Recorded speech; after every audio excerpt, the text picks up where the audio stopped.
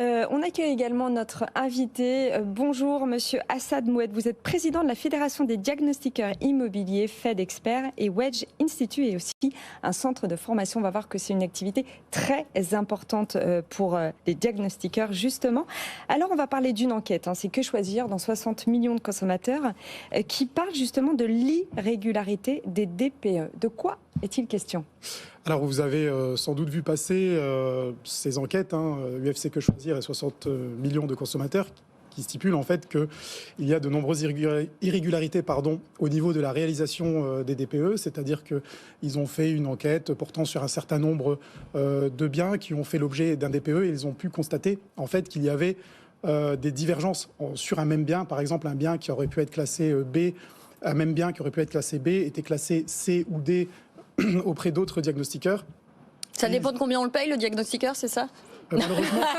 Malheureusement, ça peut arriver. C'est pour ça que il y a des réglementations, j'imagine. C'est ça. C'est pour ça qu'au sein de FedExpert, on propose des mesures au cabinet ministériel pour arranger ça. Mais justement, UFC Que choisir a fait remonter ça, et on attend toujours, lorsque UFC Que choisir remonte ce genre d'informations, et ce n'est pas la première fois depuis l'année 2007, on attend toujours des réactions des pouvoirs publics.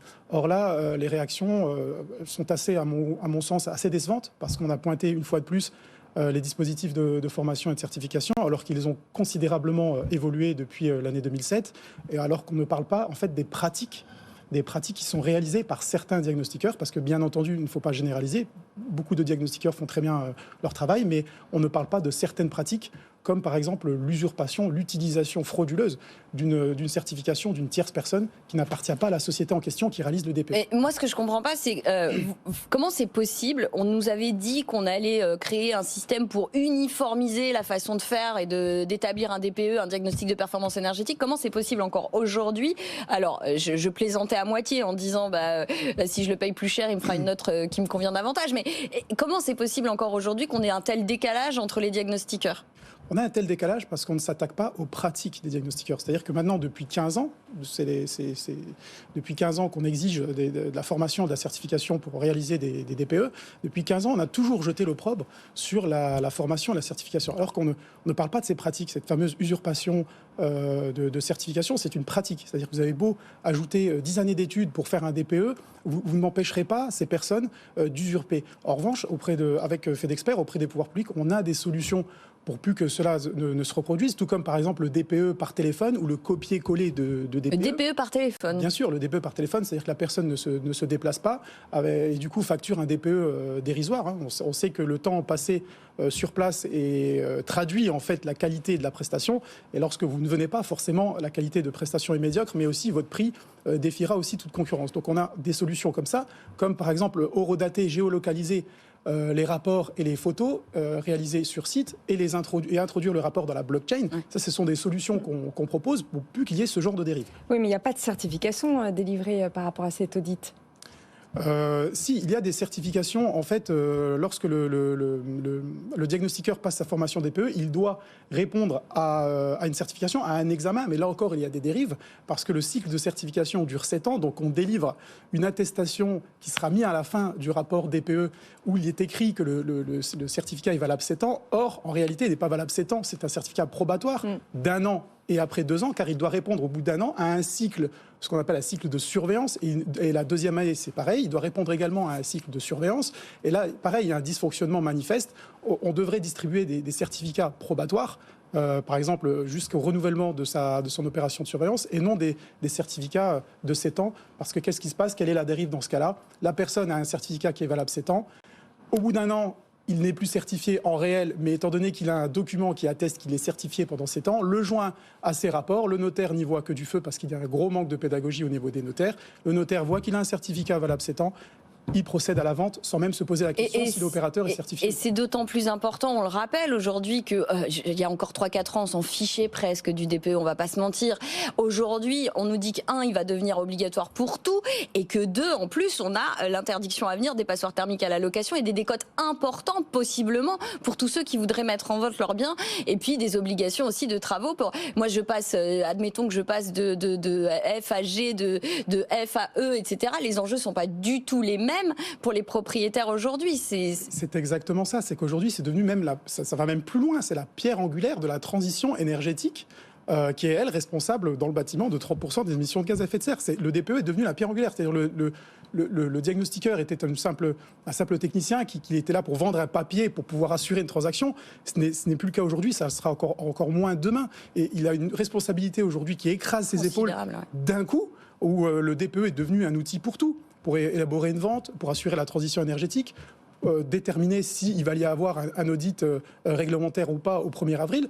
Et là, se pose un nouveau problème. Là aussi, on a averti les services publics là-dessus, c'est que qui pour assurer le risque? Il n'y a aujourd'hui que 2 cabinets d'assurance, à ma connaissance, pour assurer le risque. Et si le dispositif de formation, de certification et des mauvaises pratiques n'est pas revu d'ici là, elles envisagent d'arrêter. C'est ça, plus personne va pouvoir assurer les diagnostiqueurs, en fait. Tout à fait. Et à partir du moment où on ne peut plus assurer les diagnostiqueurs, qu'est-ce qu'on fait? Alors que c'est devenu le DPE, la pierre angulaire de tout, de la transaction, de la rénovation et de la transition énergétique. Alors, est-ce qu'on a justement des moyens pour rendre fiable cette entrée en vigueur de cet audit 2023 ? Alors, le seul moyen qu'on a trouvé, étant donné que depuis 15 ans, des organisations professionnelles ont travaillé et n'ont visiblement pas trouvé écho, c'est de réaliser ce qu'on appelle un Grenelle du diagnostic immobilier, c'est-à-dire on a réuni l'ensemble des acteurs et quelques organisations professionnelles, où on a en fait disséqué toutes les mauvaises pratiques qu'il peut y avoir sur le terrain. Vous avez un exemple ou deux à nous donner ?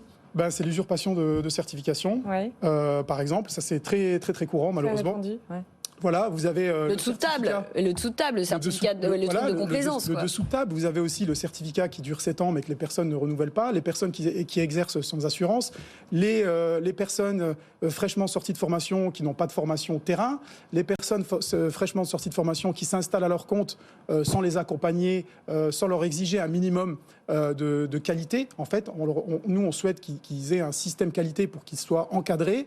On les expose comme ça à un risque qui est faramineux, alors qu'ils sortent à peine de formation et pour la plupart ne viennent pas du monde du bâtiment. Donc en fait, c'est un panel comme ça de solutions qu'on a rédigé autour d'un mémoire et qu'on va présenter en fait au pouvoir public. C'est ce qu'on appelle le Grenelle du diagnostic immobilier et l'efficacité énergétique, parce que si on continue ainsi, on superpose depuis maintenant 15 ans des mesures qui ne sont pas en réalité, ce sont des mesurettes sur une base qui est friable. Et aujourd'hui, on le voit que ça peut plus tenir, et encore plus au 1er avril 2023 lorsque l'audit énergétique sera rendu obligatoire. Et de ce que vous voyez là aujourd'hui, puisque vous, on sait que vous êtes certifié, on va le dire comme ça, on n'arrête pas de dire que le calendrier sur les interdictions à venir des passoires thermiques à la location ne sera pas tenable en l'état, que les moyens financiers des pouvoirs publics sont pas suffisants, MaPrimeRénov', même privés, les certificats d'économie d'énergie.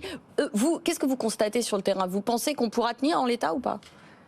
On constate sur le terrain qu'on ne pourra pas tenir, étant donné que déjà, de par ces dérives, ça sera impossible l'année prochaine, si on n'éradique pas ces dérives, d'avancer convenablement. Ensuite, il y a un autre souci, c'est très bien de dire qu'il faut réaliser des travaux d'économie d'énergie, mais aujourd'hui, est-ce qu'il reste encore des artisans pour le faire, sachant que nous ne sommes pas encore aujourd'hui dans l'obligation? Il est déjà très compliqué de trouver un artisan.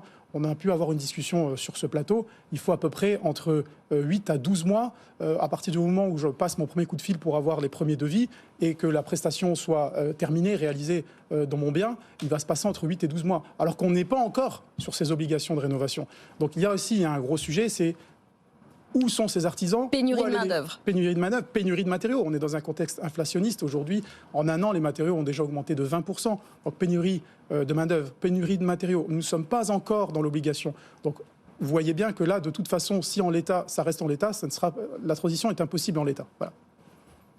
Merci à vous deux, Marie-Cœur de Roy et Assad Moueb. Je rappelle que vous êtes président de la Fédération des diagnostiqueurs immobiliers FED Expert et Wedge Institute, un centre de formation. Merci d'être venu dans cette émission.